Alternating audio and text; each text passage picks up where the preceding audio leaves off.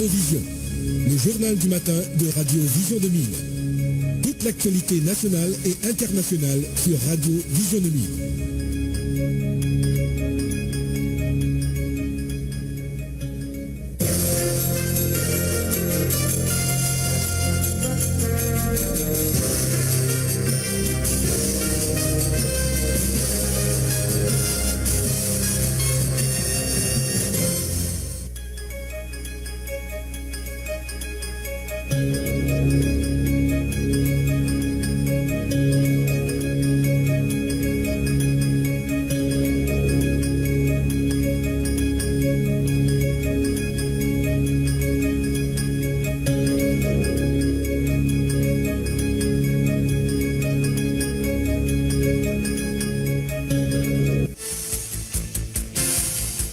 Être informé, c'est bien, mais être bien informé, c'est encore mieux. À Radio Vision 2000, l'information, c'est notre métier. L'information, c'est notre passion. Sport, culture, politique, information nationale et internationale, reportages, interviews, commentaires et analyses. Suivez l'info sur Vision 2000.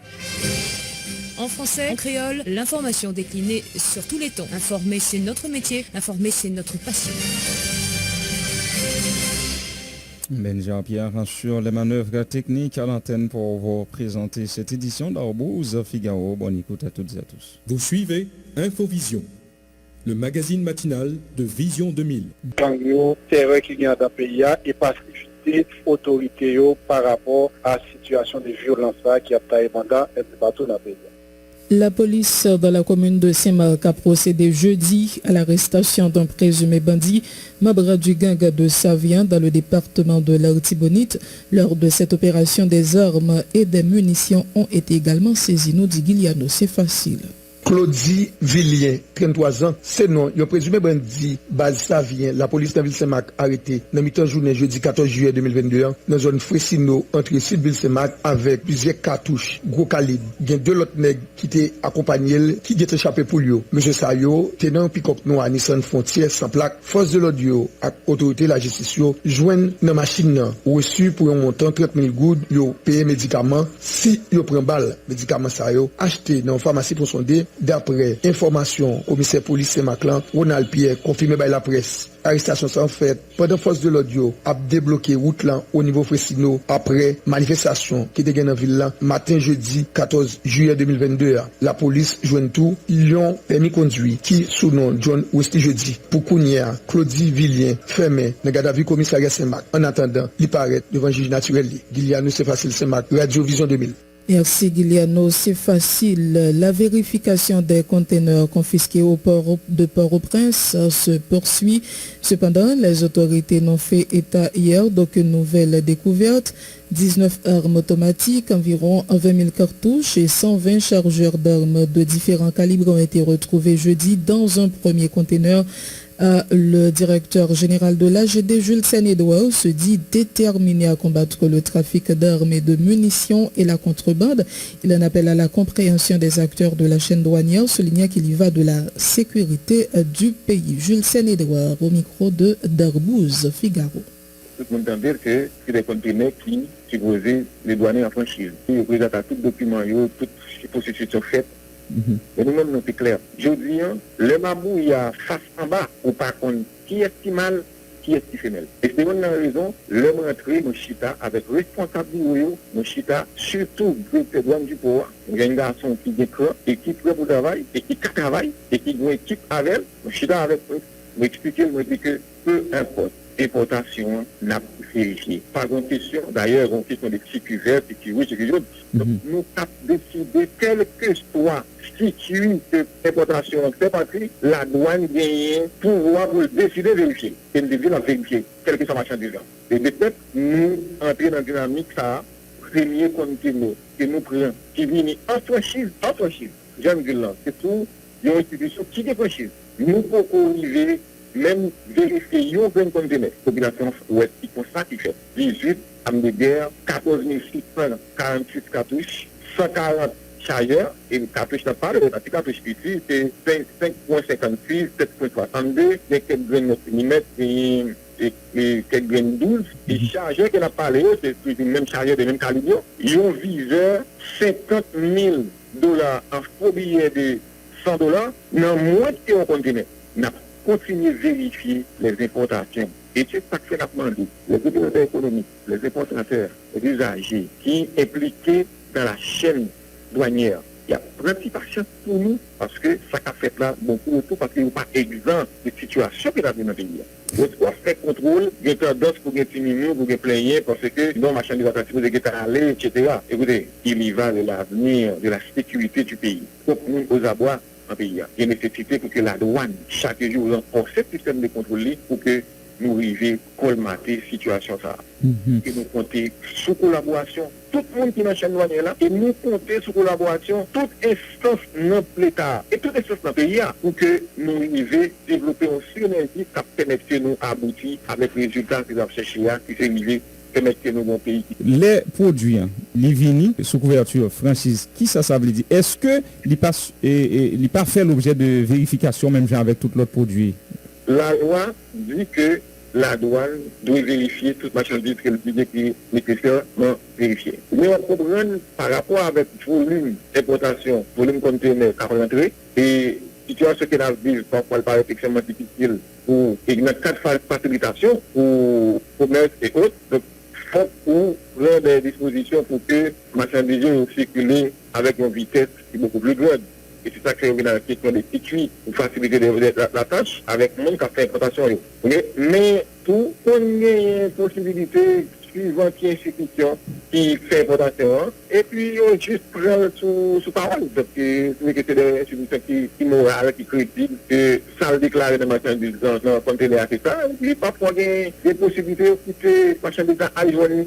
Même, j'aime dire là, les mabouilles à face en bas, ou par contre, qui est qui mal, qui est qui fait mal. Et le problème, c'est sécurité que la vie aujourd'hui, il concerne tout le monde. Et nous savons que c'est crédit que vous faites au monde avec trop de facilité qui permet que nous arriver là. Parce que moi, je dis déjà, moi, je dis que les hommes, c'est des victimes. Ils ne peuvent pas importer des âmes. Pour ne pas importer des âmes, il faut regarder qui est-ce qui importe des âmes, qui est qui a moyen pour importer des âmes. Nous qui a importé des âmes, c'est nous qui a l'importation. Donc, nous avons décidé de procéder à la vérification systématique de l'ensemble des conteneurs qui ont été dans le pays.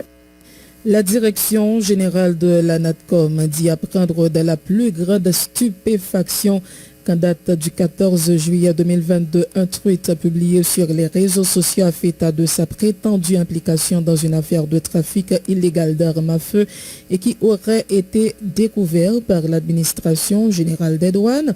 Suite à ces allégations fallacieusement orchestrées, la direction générale de la NATCOM attend de pied ferme une correspondance de l'AGD sur les faits à lui reprocher et relatifs à ces assertions, écrit la NATCOM dans un communiqué.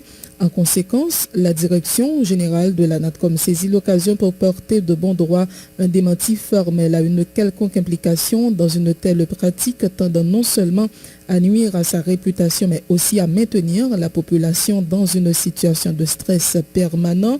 La NATCOM veut rassurer l'opinion publique nationale que depuis son installation en Haïti comme investisseur et partenaire de l'État haïtien, elle a toujours pris grand soin de respecter toutes les lois de la République, conclut ce communiqué de la NATCOM. La Ligue des pasteurs du département du Sud-Est se dit consternée par les informations relatives à l'implication présumée de l'Église épiscopale dans le trafic d'armes et de munitions dans le pays. Le président de la Ligue, le révérend Johnny Pascal, en appelle à une vraie enquête pour élucider cette affaire.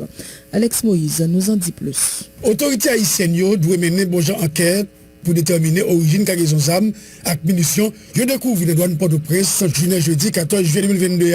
En tout cas, c'est position Ligue Pasteur dans le Sud-Est. Pasteur Johnny Pascal, qui est président de la Ligue là, dit le regrette non l'église épiscopale d'Haïti cité dans le dossier ça.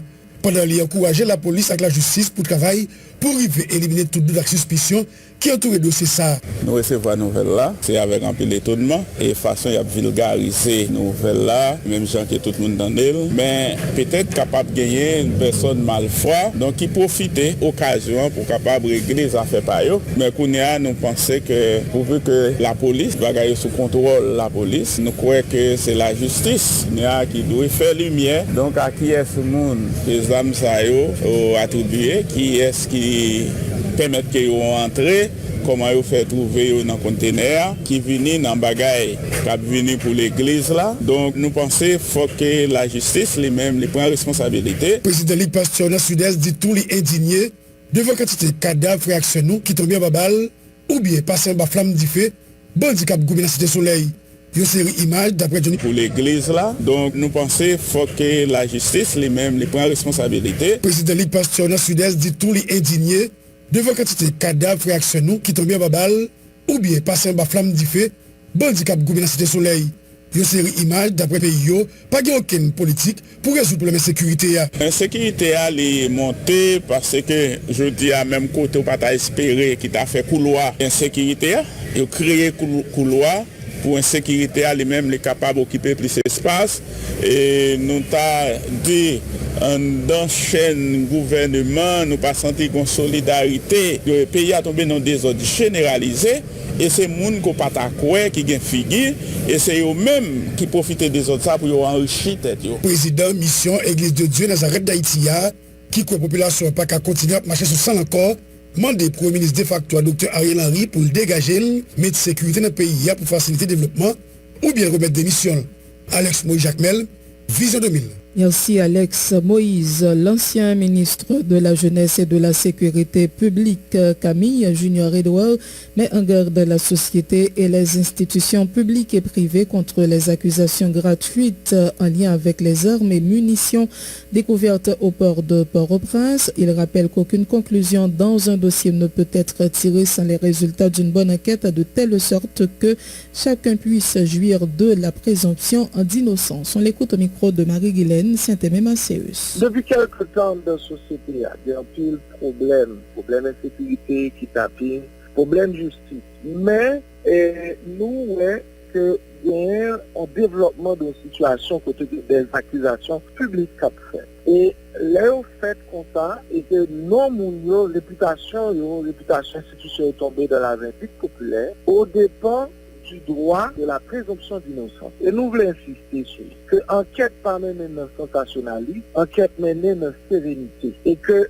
dans toute enquête, doit y avoir une contre-enquête. Et tant et aussi longtemps que pas gagner des preuves qui établissent, des débats qui fait, et que gagner des autorités judiciaires qui prononcer tant sous innocence ou bien culpabilité dans le monde ça ou bien institution, il présumé innocent. Parce que il y a des mondes ou bien des institutions qui sont capables doublement victimes. Les victimes dans l'image, dans l'honneur, dans la réputation, les victimes tout parce que il y a un monde ou bien l'autre institution que fait confiance qui a abusé de confiance. Et ça capable de créer un pile dégâts et des dégâts irrémédiables. Il faut que les médias fassent attention à ça. Il faut que enquêteurs judiciaires, investigateurs, ils connaissent que le travail qu'il a fait, il doit être fait dans la sérénité. Nous ne pouvons pas rentrer dans tout le monde coupable, tout le monde responsable.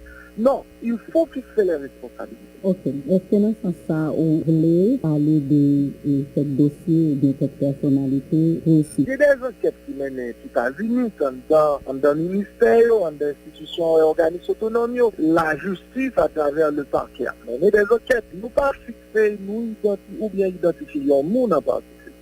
Mais nous voulons insister parce que ceci n'est pas suffisamment rappelé. Ou du moins, on va parler de lui du tout.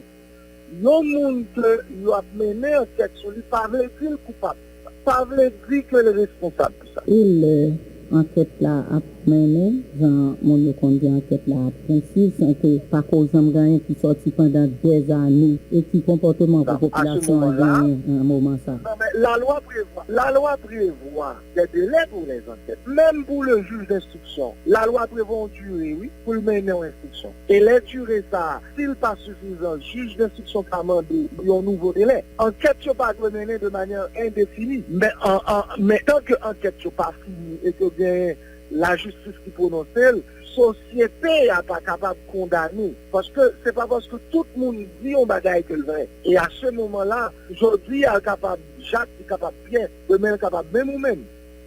Trafic d'armes et de munitions à Port-de-Paix.